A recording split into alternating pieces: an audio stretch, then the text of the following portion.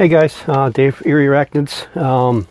Wanted to do this is a not kind of a requested video, but kind of a requested video. One of the viewers wanted to see a few more of my enclosures. They were trying to get some ideas on some different setups for different species. And so what I did is I picked the last, I think there's 8 here that I just rehoused. These are all recent rehouses within the last couple days.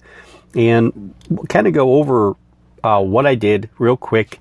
Again, it's nothing very difficult, but you guys at least get an idea of how I like to set things up. I try my camera's slipping here.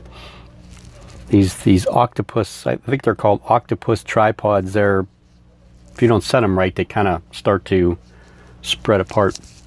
Anyway, I'll just show you a few of them. Like I said, the 8 that I did over the course of the last few days, and it'll kind of be like an update to one of them you've already seen because we did the rehousing video with the Grammostola pulchra, but I'll show you Snow's enclosure again.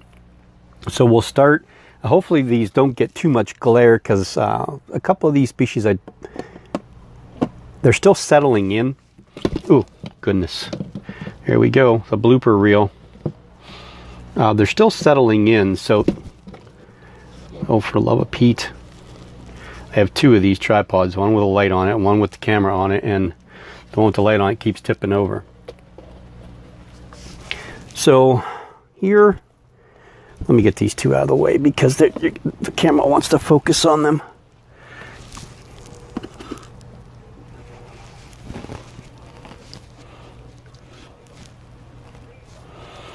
Okay. This one, hopefully the little bugger will stay in there, is the Sericopelma rubronitans. Again, these are 1/24 scale die-cast display cases that I get from Hobby Lobby. Again, I try to use cork bark. Now, if I get cork bark in a tube, I'll break it in half or cut it in pieces. Sometimes I'll cut it at an angle. As you'll see in one coming up, you may not see it, but that's actually how it is. And again, I just kind of try to emulate, you know, just a natural kind of habitat for them. Give them something to explore in, a little bit of green, sometimes just for texture or just for look. A lot of times the tarantulas will just dig them up and move them around anyway. You can see here, this is again a mixture of potting soil, as all these will be, potting soil, cocoa fiber, vermiculite, a little bit of Reptisoil, and some actual, I can't remember, it was like Repta chips or something. They came in an enclosure I got, and I kind of used some of them in some of the enclosures just for some ground clutter look. You know, nothing that's, it's just surface. It's nothing that's dug down inside. And you'll see, oh yeah, there goes that light. You'll see that in the other, Grammostola pulchra is the one I used it in the most of. So this is the Sericopelma rubronitans, or I don't know if this is the Panama red rump or the Costa Rican red rump. I'm not really quite sure now. I doubt myself that I was right the other day when I was talking about it. So here's this one. Again, we're just going to go over them one by one real quick. I'm not going to pause because it makes the video upload easier for me. I did rehouse. Here is the Brachypelma emilia, and you'll see what I did with this one. Again, you can see the Reptichip bark pieces there. We're down inside there, somewhere, way down in the back. There you go. You see now that piece of cork bark, I cut at an angle so that it would go into the corner and then go down. So, you know, there's not as much on the bottom. You know, it's like this wide on the bottom, but that wide on the top. You can see my fingers there. It's longer on the top than it is on the bottom, and it's easier to angle down that way. Again, just a real quick piece of plant and a water dish in the corner. It's already dry. And I could tell that the spider was moving the water out because as you could see, that we're a little damper in the substrate right in that area. So, okay, so that's the Brachypelma emilia. We have another rehouse that'll be coming up, which will be the Acanthoscuria geniculata, the one that molted the other day. Here is, ooh, gotta be careful with this one here. I don't want it to take off. There's the Ephopopus murinus. I took it out of the baseball enclosure, and instead of just putting it into a softball enclosure, I gave it this longer 1/24 scale die cast enclosure. I dug a burrow for it. I put these plants in there, or not plants, but they're actually like twisted. These are driftwood that I get from Presque Isle. I like these twisted, nice, smooth shaped pieces of bark that you're corked, or no, bark or wood or whatever you want to call it, that you find on the beach. When I find these, I pick them up because I break them up, and then you can see they kind of like a root, you know, coming out of the ground there, and then, you know, the holes there, and you can see the spider has not used it at all. It's webbed up on top, and that's about really all it has done. But yeah, that's the small Ephebopus murinus. I'd like to do that eventually with the Rufusins as well, but that one is really taking off in the softball enclosure. Next is, hopefully you guys will be able to see, we'll try to look down through this way. This is, you can see, this is the Neoholothelli ince. This was the enclosure that the Aphonopelma simoni was in. It wasn't digging, it was just sitting up top, and it seemed like it wasn't particularly thrilled with the enclosure itself. And I wasn't thrilled with it being in there, because I felt like almost like it was trapped, like it was just too small for it. It really wasn't, but it just seemed that way. And I figured this girl's mature, so she's not going to get any bigger. So this is a perfect size enclosure for her, and she likes to web, so it's, you know, not a ton of substrate. Anchoring points, you can see the different pieces of bark that I put in there for anchoring points. And she's webbed this all up since yesterday. I moved her in there yesterday. So that also freed up another 1/24 scale enclosure for me by moving her into this. So moving her into this, I moved the Simoni out, and we put, this is Jeter, this is my son's spider.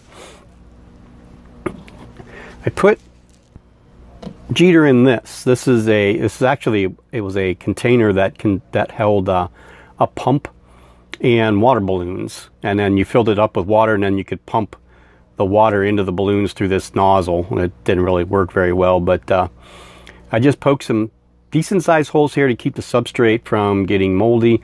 I made a indention there for the spider to do something, and all it really has done is kind of hang out here. Same as it was doing in the other enclosure, it was just kind of hanging out.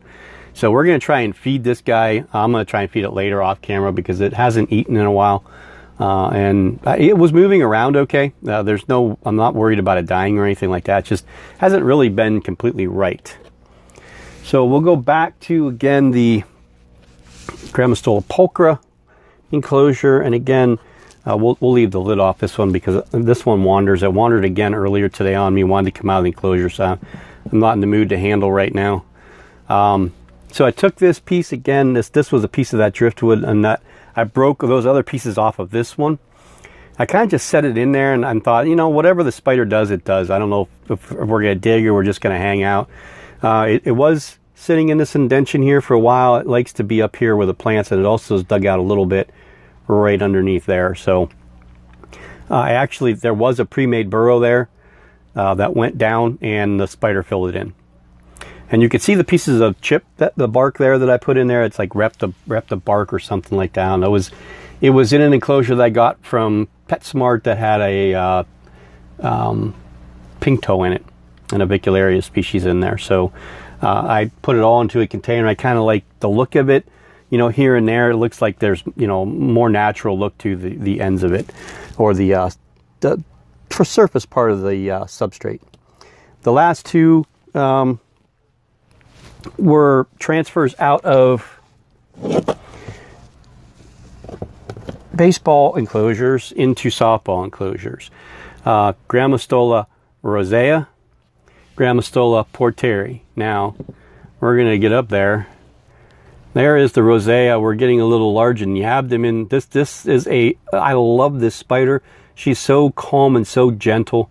Never had an issue with her. She will climb on you. And actually this one will get in your hand. If it decides to climb out, I don't bring it out. I don't ever bring any of my spiders out. I don't intentionally hold them. If I'm doing stuff with them and the lid is open and they start to crawl out, I will put my hand there. If they crawl on it, I will let them. If they don't, a lot of times they'll back down in. This one will sit on your hand, just sit there. And if you look, here's the Grammostola porteri. They look rather similar, almost exactly the same. So it's hard to tell them apart as slings. So hopefully, you know, the next molt or two, they'll start to get a little bit of color. This gal here should be the red color. So, you know, they call it the rosea. This one here is what everybody's calling porteri, even though from what I'm understanding now from the South American groups that porteri is not a recognized species.